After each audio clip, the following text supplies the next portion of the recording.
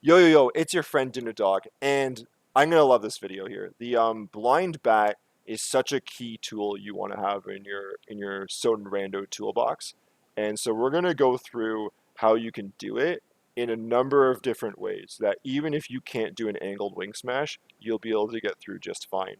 So in today's video, we're gonna cover why this trick is so important, what the room layout is. We'll look at the traditional setup, which you should learn, right? Don't take some of these other things I'm gonna teach you as a replacement for the traditional setup. You should do it. You've probably seen it before because you've seen people run the rando, but otherwise we're gonna break it down.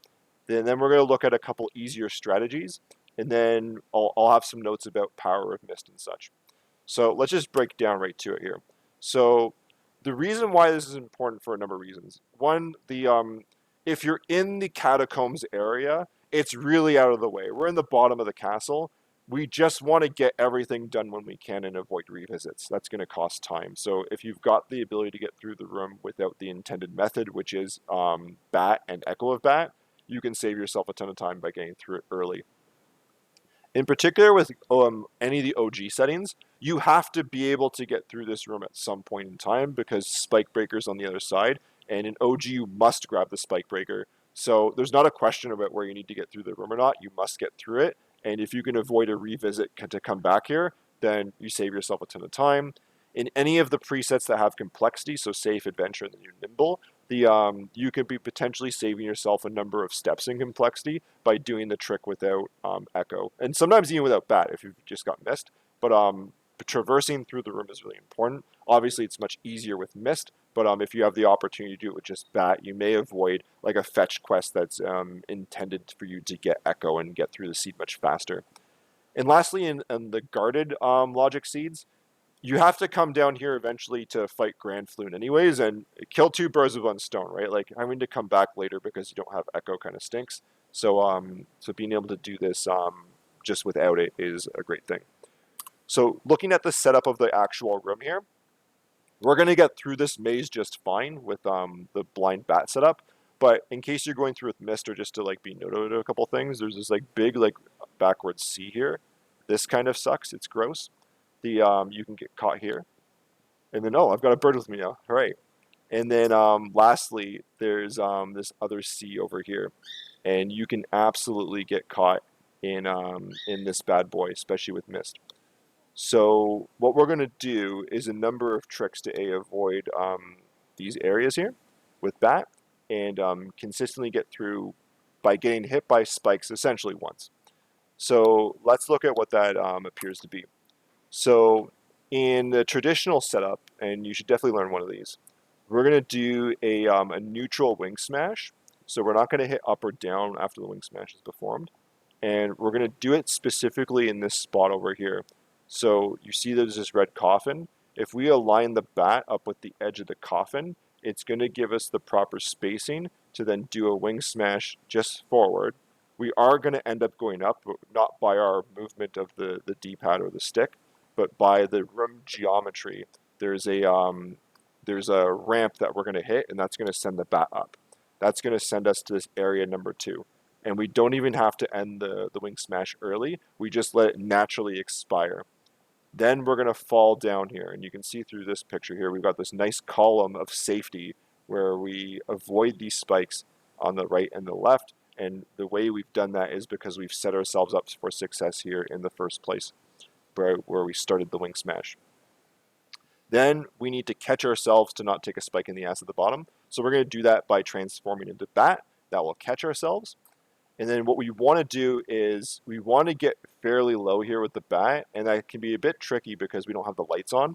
But you can kind of see from this screenshot over here that you can just get a glimpse of the spikes on the other side of this wall, and those spikes align with the spikes over here. So we want to be pretty much aligned with that, and you don't want to go any lower than this. You can be a bit higher, but that's essentially where you want to be. Then we're going to do the second wing smash, which is going to see us doing an angled wing smash up. We're going to go through these spikes here, which is fine because we're going to have iframes. And we just want to avoid hitting this top area here, which is why we had to get so far down with number 3. And then that's going to take us to this corner here. We're going to bonk on the wall. That's going to cause us to untransform and end the wing smash. Alucard's going to take a spike to the face. It's fine. He'll live. And he's going to enter hit recovery, which is going to push us backwards to this area here. Now, we don't want to take a spike in the behind. So what we need to do is immediately when hitting the ground, we're going to be holding up. And when we hit the ground, we're going to transform into bat again. So we have a little bit of iframes as we fall because we're in hit recovery. And then by transforming to bat, we're going to get iframes again. And then we just need to hit or hold up while we're doing the transformation to move above the spikes here. And you'll typically get to this area right here. Lastly, we need to escape. We can't do it just a forward wing smash because we'll smash into this wall here, hit these spikes, and it's a bad time. So we're going to do an arm wing smash, but it's going to be a downward wing smash, which is the hardest of the three in terms of like the mechanics of it, because you need to do the wing smash, hold forward, and then bring your thumb back in the opposite direction to start holding down. But it's totally doable, and with enough practice, you'll be in a good place to do it. So that's the traditional setup there. Again, you've probably seen people do it a lot of times, so I'm not going to spend too much time on it. But we're going to go and potentially make this easy for us. But before we do that, let's actually just demonstrate how this bad boy works. So give me 1 second here. Let's get the game up. We'll demonstrate it with the lights on first. So here we go, do a wing smash. We're going to catch ourselves, or not, because I'm not going to hit the button for some reason. Make sure, yeah, that should be working. Here we go. Catch ourselves in this column, align ourselves down, obviously a bit easier with the lights on, do our wing smash up, hit there, press and hold up. Or sorry, I'm pressing the transformation button when I hit the ground, but I'm holding up the entire time. And then we're going to do a wing smash down, and we're out. Hooray. We can do it with the lights off now, and it's the same deal, right? Get into the column, catch ourselves, get down to the bottom, and you can kind of see where the spikes are on the left side there, so we're kind of aligned with those. We're going to do our wing smash up, hit the ceiling. I didn't hit the button fast enough because I'm trying to talk and do it at the same time, so let's do that again. Catch ourselves, align. Oh, I need to be a bit lower. Oh, too low. We can, and that's actually a good example. So if that happens, you can jump out of any hit. So we just do a short hop up and then turn back into bat. We get back in this column, and we bring ourselves down to about here, do our wing smash up, catch ourselves here, and then a wing smash down, and we're out. Hooray. Awesome. We did it. Yay! So let's turn this off for a second. So that's what you should learn, and you should spend a good amount of time. I would dedicate some time to it. It's definitely worth your time. Like set up some save states or just use the save to the far left of where we started, and that'll give you enough practice. But let's say that the downward wing smash is a bit of a problem, and you just can't get the mechanics of it. Well, guess what? We've got a setup for that. So we're going to do the same thing we just did with a minor modification. So we're going to wing smash up into the second room here. We're going to then catch ourselves down here. We're going to do the upward wing smash into 4, take spikes to the face, get hit for 5, bring ourselves back up before our iframes run out. And the only difference is that typically when you do this, you will float up higher than what the bat movement will do if you just do a tap. And if we tap down, we're going to be just above these spikes, and we're going to have a clear route to get out without doing a downward wing smash. We'll be able to do a neutral wing smash. So let's take a look at what this looks like here. I'll just turn the game back on. We'll do it with the lights on again first. Go. Alrighty, and same as before, a neutral wing smash, catch ourselves, get down to the bottom.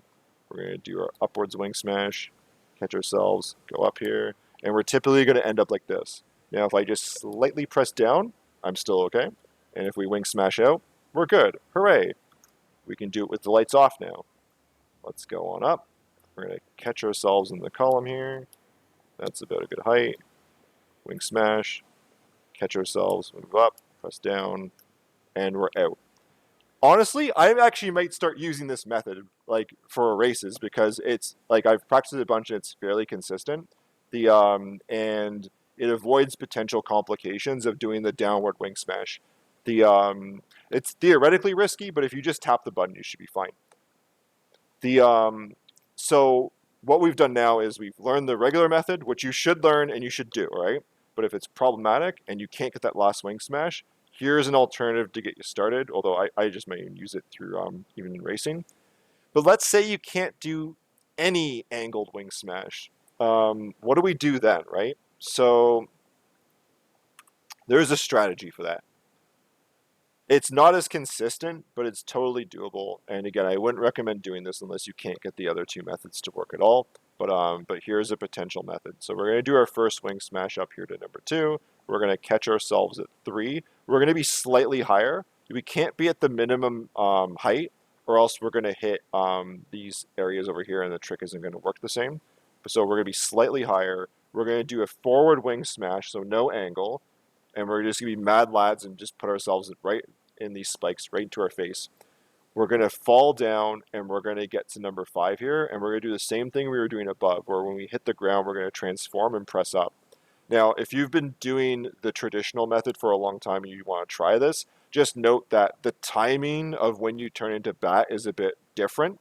So look at when you see the smoke on the ground when Alucard hits it to get a better sense, or you listen for the audio cue. But just know that your muscle memory may fail you a bit here because you're used to the drop over here rather than the drop over here.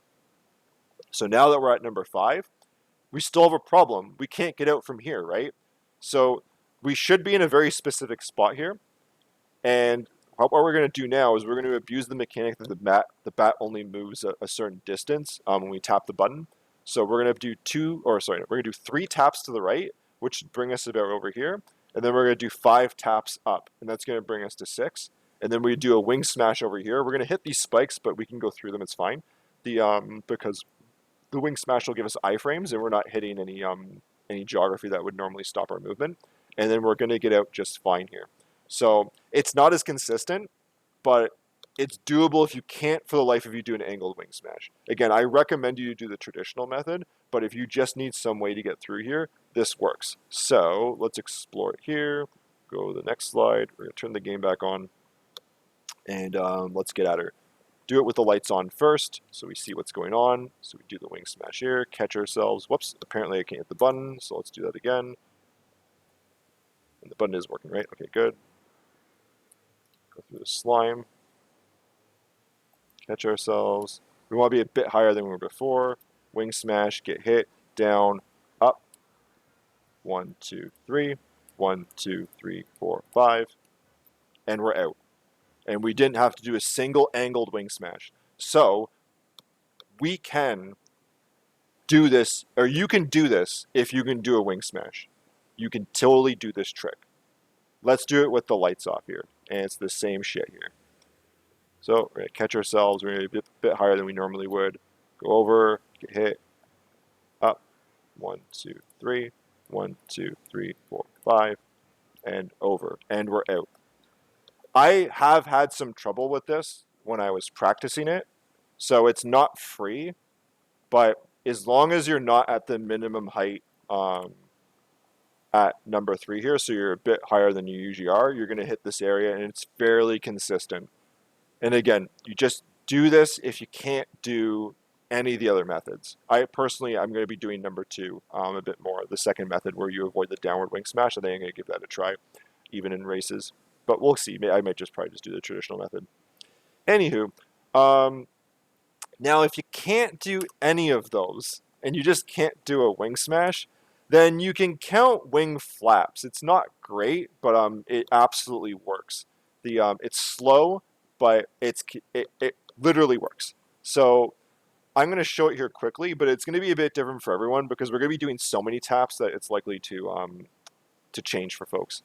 So I recommend if you're going to try this, go in with bat and echo of bat, turn the lights on, go back to the other side, get yourself a consistent area where you're going to set up, and then count the number of taps up and down you need to do. It's kind of annoying, but it's totally doable. And a lot of people who race the randomizer started off doing this. And maybe even a couple still do it today. It's not that much slower, and it's totally safe if you do it consistently because the minimum movement of the bat is like almost completely consistent. So let's do this here. So I'm going to go back to the demonstration slide. Let's turn this back on. And we'll go over here. Whoops. There we go. So I'm just going to mist bat here, stop myself. So the lights are on. I'm just going to pick a consistent spot where I'm going to set the trick. I'm going to jump. I'm here. So I'm consistently at the same spot. Then I'm going to be like 1, 2, 3, 4, 5, 6, 7, 8, whatever it is. 1, 2, 3, 4, 5. 1, 2, 3, 4, 5, 6, 7, 8, 9, 10. 10 is probably good, but we can go with 11. 1, 2, 3, 4, 5. 1, 2, 3, 4, 5, 6, 7. 1, 1, 2, 3. And we're out. Now, the numbers might be different depending on where you set it up and such. So that's why I'm just quickly doing this and not providing you with like a guide of like you need to do it in this specific manner. Any manner that's comfortable with you where you want to set it up works. Do it a couple times with the lights on, make sure it's consistent, and then try it with the lights off. And as long as you're tapping, you should be fine. Perfect. Now let's finish up this bad boy here because we don't got all day. So that's the wing flap method. Perfect. The last thing I just want to talk about is if you're doing this trick with mist and power of mist, and if you're not as familiar with the geometry of the room, it can be easy to get hung up on like some of the areas, especially those backward C's. So what you can do to help prevent that is when you're moving with mist, mist is like an oval, right? It's kind of like going tailing off at the end of your movement. But when you get stuck and you're not moving anymore, you kind of ball up a bit. And when you notice this, then you can say, I'm against a wall even though I can't see it. And then depending on where you are, you can adjust accordingly, like have a map in front of you if you really need it. But eventually you'll just memorize the area anyways. This can stop you from like thinking you're going forward and like just like leaving it on too long and then realizing, I'm actually stuck. I don't know where I am. Also, I'm out of mana now because I've been doing this for too long. Oh crap, I'm dead, right? So it can be a great method for getting through there. Anyways, that's it for me. Hope you really enjoyed this video and you learned something from it and you can start doing this trick. It does need some practice and definitely, even though I've given some easier methods, like you should learn the traditional method. If not now, at least down the road, it'll definitely serve you well in your journey through the randomizer. And it's, again, impress your friends. It'll be fun. That's it for me. We'll see you later. Cheers.